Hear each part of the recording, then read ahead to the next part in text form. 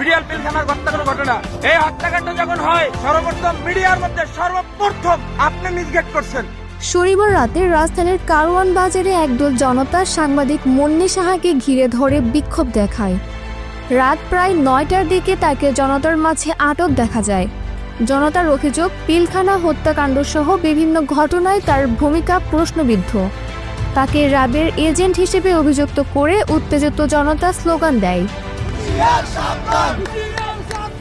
আমাদের দাবি, এই ভারতের একজন নয়, বাংলাদেশে আওয়ামী লীগের দালালি করছে বিগত 16 বছর। এই দালালের ফাঁসি চাই। ভারতের দালালকে বাংলাদেশে কোনো স্থায়ী দেওয়া হবে না। পিলখানা হত্যাকাণ্ড নিয়ে জনতার মধ্যে ক্ষোভ প্রকাশ পায়। উল্লেখ্য, ২০০৯ সালে বিডিআর বিদ্রোহের সময় পিলখানায় ৫৭ জন সেনা কর্মকর্তাকে নির্মমভাবে হত্যা করা হয়। ঘটনার পর থেকে এটি নিয়ে নানা বিতর্ক চলমান।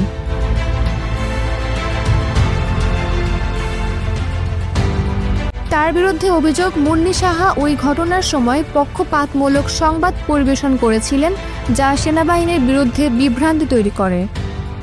তেজগাঁও থানা পুলিশ দ্রুত ঘটনাস্থলে উপস্থিত হয়ে উত্তেজিত জনতার হাত থেকে মুন্নি সাহাকে উদ্ধার করে। পরে তাকে মিন্টো রোডে ডিবি কার্যালয়ে নেওয়া হয়। পুলিশ জানিয়েছে, তার বিরুদ্ধে যাত্রাবাড়ী ও মিরপুর থানায় একাধিক মামলা রয়েছে। জনতার দাবি ও স্লোগান, বিক্ষুব্ধ জনতা আওয়ামী লীগ সরকারকে দালালি করার অভিযোগ তুলে মুন্নি সাহার বিরুদ্ধে নানা স্লোগান দেয়।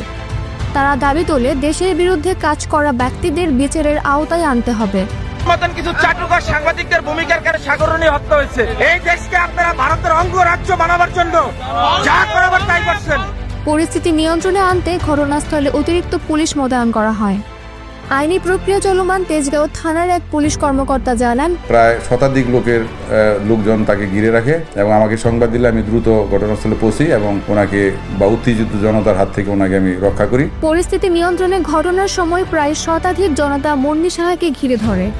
বর্তমানে পরিস্থিতি নিয়ন্ত্রণে রয়েছে এবং আইনশৃঙ্খলা রক্ষাকারী বাহিনী বিষয়টি নিবিড়ভাবে পর্যবেক্ষণ করছে। এই ঘটনার পর বিষয়টি নিয়ে সামাজিক যোগাযোগ মাধ্যমে আলোচনার ঝড় উঠেছে। মুন্নি সাহার বিরুদ্ধে আনা অভিযোগ এবং মামলাগুলোর তদন্তে পরবর্তী সময়ে বিস্তারিত প্রকাশ করা হবে বলে জানায় পুলিশ।